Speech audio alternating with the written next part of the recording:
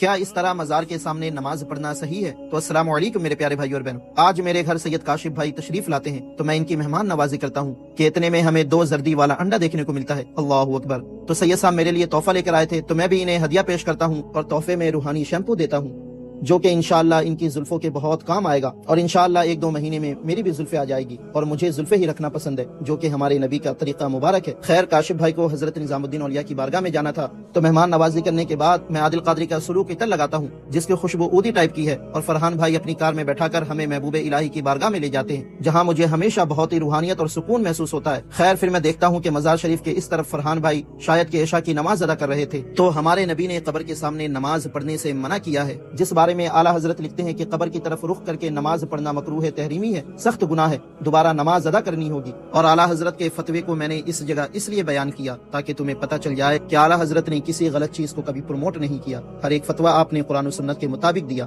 لیکن فرحان بھائی نے جس جگہ نماز ادا کی ہے اس جگہ نماز پڑھنا جائز ہے، کیونکہ یہاں محبوب الہی کی قبر انور اور ان کے سامنے یہ دیوار ہے، اور انہوں نے اس جگہ نماز اس لیے ادا کی کیونکہ رات بہت زیادہ ہو چکی تھی جس کی وجہ سے مسجد بند کر دی گئی، اور ٹھنڈ کی وجہ سے صحن بھی بہت زیادہ ٹھنڈا ہو چکا تھا، اس لیے انہوں نے یہاں نماز ادا کی۔ اور نماز پڑھنے سے منع اس قبر کے سامنے کیا گیا ہے جہاں نمازی قبر کے سامنے نماز پڑھے اور بیچ میں کوئی دیوار وغیرہ نہ ہو، یعنی نمازی اور قبر کے بیچ کوئی چیز حائل نہ ہو تو اس طرح قبر کے سامنے نماز پڑھنا جائز نہیں ہے، اور اگر نمازی اور قبر کے بیچ کوئی چیز حائل ہو تو اس جگہ نماز پڑھنا جائز ہے۔ لیکن پھر بھی ہمیں ایسی جگہ نماز پڑھنے سے بچنا چاہیے کیونکہ الحمدللہ اللہ کے ہر ولی کی درگاہ پر مسجد موجود ہوتی ہے، نماز ہمیں وہیں پڑھنے کی کوشش کرنی چاہیے، کیونکہ اس طرح اگر آپ بنا جماعت کے تنہا نماز پڑھ رہے ہوں گے تو دیکھنے والے کو شک پیدا ہو سکتا ہے کہ یہ مزار کو سجدہ کر رہا ہے، اور اس طرح کے شبہ سے بچنے کے لیے ہی اعلیٰ حضرت نے قبر کے سامنے حد رکوع تک جھکنے سے بھی منع کیا۔ تو ہمیں چاہیے کہ ہم ایسے طریقے کو اپنائیں جس سے ہمیں اور اولیاء کرام کے مزار کو بدنام کرنے والے لوگوں کو موقع نہ مل سکے۔